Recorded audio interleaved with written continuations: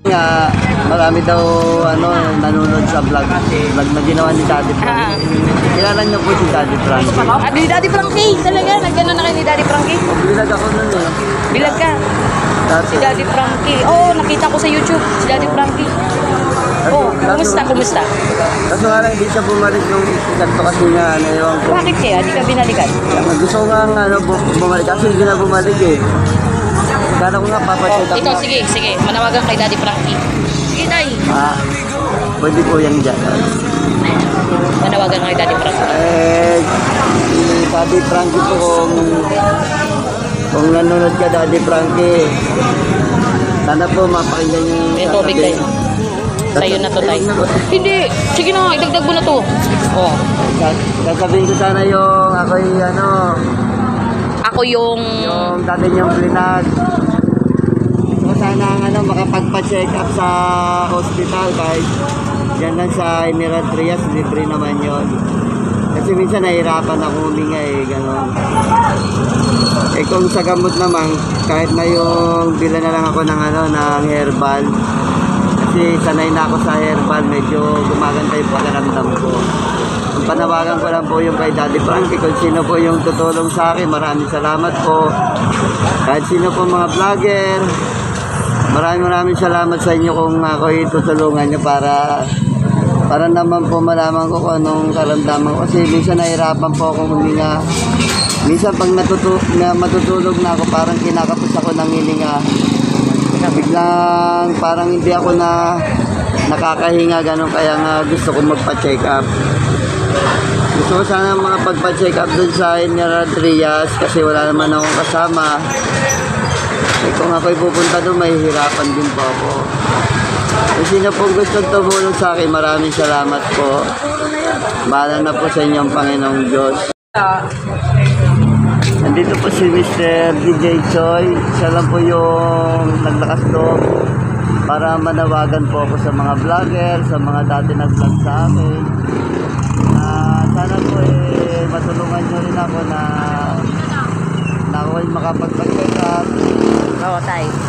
Para naman malaman ko nararamdaman ko. Kasi kahit sa hindi pa ako nakano sa PWD. May PWD kayo? Wala pa po. Hindi pa ako wala pa. Hindi pa ako naipasok kasi po kasi nga kailangan daw ng mga requirements. Okay. Mga requirements ang kailangan sa mga PWD. Para malaman kung anong sakit ko. Para siguradong nasa PWD na ako. Okay, tay. Okay. Ang nangyari po, hindi pa po ako nakapapa-check up. Nung pumunta naman ako dun sa barangay hall namin sa may health center, wala naman yung mga doktor doon. Yung mga doktor, ganun. Kaya pinapapunta ako sa may pinagkatipunan, sa may Malabon. Kailangan ko raw na may kasama. Wala naman akong makasama kasi yung misis ko rin, marami rin siyang ginagawa. Okay, tay. Inaalagaan yung bata. Kaya nananawagan din po kay Jessica. So, na sana po mapansin niyo po, pati po kay Kuya Rapi Tulfo, kay Senador, na sana mapansin niyo rin po ako para naman malaman niyo po ang aking kalagayan na nahihirapan talaga ako. Yung ibang tao dyan, pinag-iisipan na rin ako ng hindi maganda kasi nga ako pabalik-balik minsan sa kanila, gano'n. Para naman mapansin niya rin po ako at saka malaman nila po yung totoo. Magpapasalamat po kay Mr. DJ Choi kasi siya po ang naging instrumento para malaman po ang aking hinaing sa aking kalagayan po. Na ako po'y nahihirapan, ako lang po nag-isa ang gumagawa ng paraan para po ako'y makabili at makakakain po pang araw-araw po na buhay po. Minsan po nahihirapan na po ako kasi yung iba hindi naman po ako pinapansin. At saka si Mr. DJ Choi po, ako'y naglalakbay po sa initan ng Dasmariñas, Sabang na salubong niya pa ako. At siya po ay naglakas loob para po siya po ay tumulong sa akin para po ako mapansin ng mga vloggers at saka ni Jessica So, at saka ni Rapi Tolpo po. Maraming salamat po. At yun na nga mga ka-idol, narinig naman siguro natin ang pananawagan ni tatay. Nagkita kami ulit dito sa Wellington ni tatay. Malapit po ito dito sa may bukuhan po. O yan po mga ka-idol. So hindi po ako vlogger at hindi rin po ako sikat. Hindi ako sikat. Tumutulong lang po ako sa aking kapwa-tao po mga ka-idol. Kasalubong ko siya, natuwa ako nakasalubong ko. Yun, binila ko si tatay tubig. Inom ka tubig. Uminom ka na ng gamot. Ano to? Binigay. May nagbigay rin pala. Binigyan siya. Ayan, tropa ko yan eh. Mga magmamanok na yan. Binigyan siya. May kanin ka na? Kuhain ka ng kanin? Clear na po yata. Ay, wala pa. Doon na lang po sa ano. Bibili kanin. Huwag na po. Bakit? Yung kumain ng kanin po. Sama. Kapag uwi ko, saka magsasahin sila. May bigas sila doon. Mayroon na silang ano. May pagkain na. Ako pagdating ko po. What? Pagdating mo. Bibili ka bigas. Kasi nandito sa binigay sa Mayroon. Patingin. Kaya mo tayo, pagpunta ko sa inyo, bibili tayo grocery. Tingin tayo. Ito pala. May mga ano si tatay dito, secret. No, may mga secret. Mga secret. Ano pala si tatay, oh. yung pagka nagpapatugtog ako, binigay ang bigas.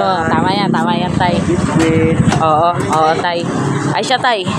Tay, sa susunod na pagkikita natin, tay, ang pangako ko sa inyo, totoo pa rin ko yun. Kayo munang unahin ko bago ako pupunta sa Barangay Halalay. Kung narinig niyo yung pananawagan niya, mga ka-idol, ha? Rinig ninyo. Please lang, kung sino gustong tumulong, paki-message na lang po ako sa aking TikTok account po.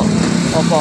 Kaya nyo po, ang aking number ay ipapublic ko po para kung sa mga gustong tumulong, tawagan nyo lang po ako at tutulungan natin si tatay. Kay Rapi Tolpo at kay Madam Jessica Soho po. Sana po matulungan natin siya. Maraming salamat po, tay. God bless. Alis na ako. Salamat po. Alis na ako, tay. Ano? Ha? Paano, tay, yan? Opo, maraming Paano yun, tayo? Uuwi ka. Oo. Tandaan lang naman ako. Naman, Pagpalay na lang ako sa ano, Panginoon. Para, sa ikalawang pagkikita, kasi kanina doon nakasalubong ko siya, ngayon nandito siya. May ulam ka siya, may ulam sa'yo. Ayos na po ito. Mga anak mo. Ilan ba anak mo? Ano yun? Tatlo. Tatlo ang anak. Tatlong maliliit. Tatlong maliliit. Ano, yung isa... Asan ang asawa mo pala? Asawa mo babae? Ando doon. Nandun kasama ng mga anak. Ano yun? Magpa-5. Tapos yung isa magsi-7. Yung isa naman mag-10. Ang bata pa. Bata pa yun. Yung dalawa, Papasyal ako ha. Sa inyo. Dadala namin sila doon ang grocery. Titingnan ko kung anong kalagayan mo. Tuloy-tuloy na tayo. Sige tayo. Bye-bye. Salamat. salamat po.